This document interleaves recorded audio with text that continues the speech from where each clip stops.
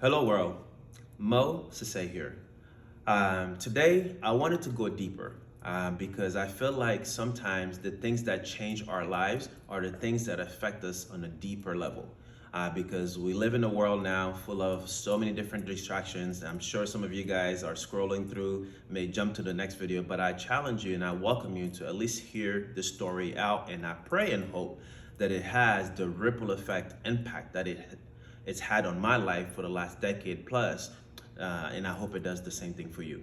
So there's so many of you guys that are tuned to personal development, and there's so many people that have had a great impact on my life, from family members to dear friends to personal development leaders like Tony Robbins to Jim Rohn.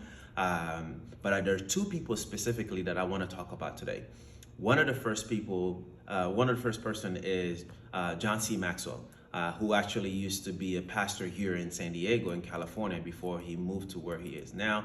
But he's someone that I feel like has built a legacy of personal development that we're gonna see impacts of that for generations to come.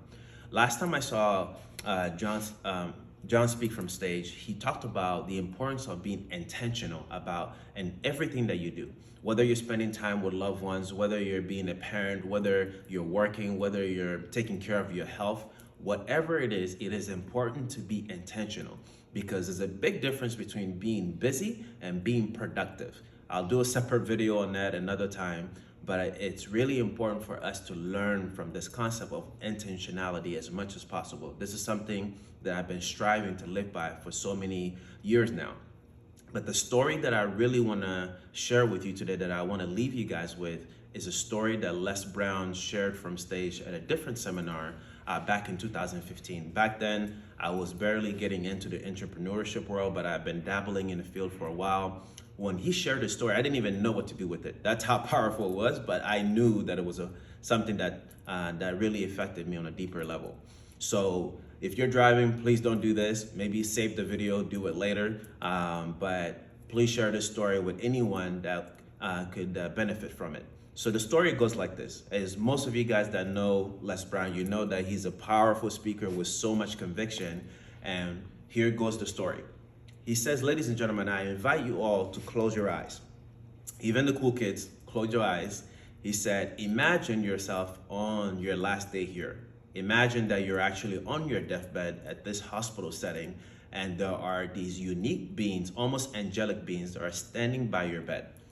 But for some reason, these angelic beings, they seem upset, and they're not even talking to you, but they're just standing around your bedside. And unfortunately, you're sedated, you don't even have the courage to speak.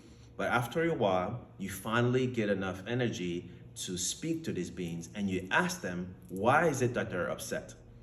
And they initially ignore you, but one of them finally responds and says that they're upset because they have to leave here with you.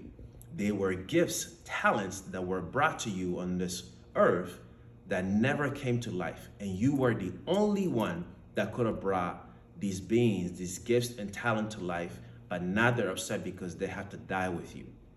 And ladies and gentlemen, when I heard the story, and like I said, if you know Les Brown, you see the power in the way he speaks, I was literally like shaken to my core, because I didn't know what to do with the story back then. But now as an adult, after a decade of listening to the story, what my walk away is and still is today is whatever it is that Mo is good at, whether it's trying to build a new YouTube channel, whether it is to expand our different businesses internationally, or I love music. That's one of my therapies. I love music. I love writing. Those are my other hobbies.